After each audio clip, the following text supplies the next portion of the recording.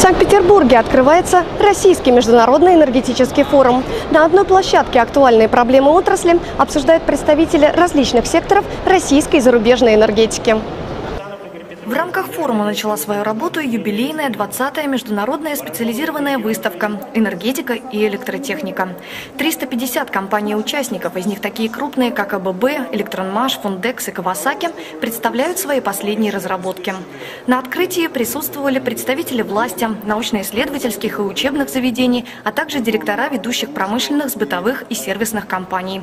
Организаторы утверждают, что именно эта выставка должна дать импульс к развитию инновационных подходов к управлению топливно-энергетическим комплексом и укреплению международных связей в области энергетики.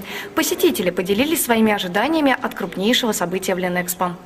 Пришли мы сюда для того, чтобы посмотреть, что появилось за год нового, какие компании, какую продукцию, товары и услуги предлагают. По большей степени, конечно, у нас выставки, они стали более, наверное, имиджевыми, да? Когда у нас крупные заводы уже просто демонстрируют себя и говорят, да, мы продолжаем работать. Компании действительно старались показать свои самые последние технологии и разработки, представить в полном объеме свой потенциал. Выражалось это в том числе и в масштабных выставочных стендах. На одном из них, на площадке российской компании-лидера «Газпром Энергохолдинг», был заключен крупнейший в энергетической отрасли контракт на техническое обслуживание основного оборудования Киришской ГРЭС. Договор подписали генеральные директора ОГК-2 и Siemens технологий газовых турбин. Для зрителей трансформаторы, выключатели, газовые турбины и ротационные машины в Петербург везли из 14 стран мира. Среди технологий, представленных российскими участниками, компания Фундекс презентовала винтовые сваи. Этот вариант надежной и безопасной опоры уже несколько лет используется предприятиями в области нефтегазодобычи и энергетики.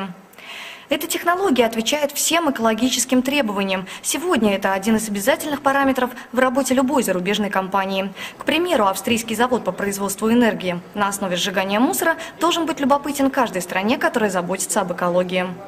Проведение энергетического форума и выставки одновременно оказалось полезным в обсуждении вопросов государственного регулирования и модернизации отрасли. Диалог между бизнесом и властью, который состоялся на форуме, вскоре должен дать свой результат. И через год выставка «Энергетика и электротехника» обязательно удивит нас еще более интересными новинками.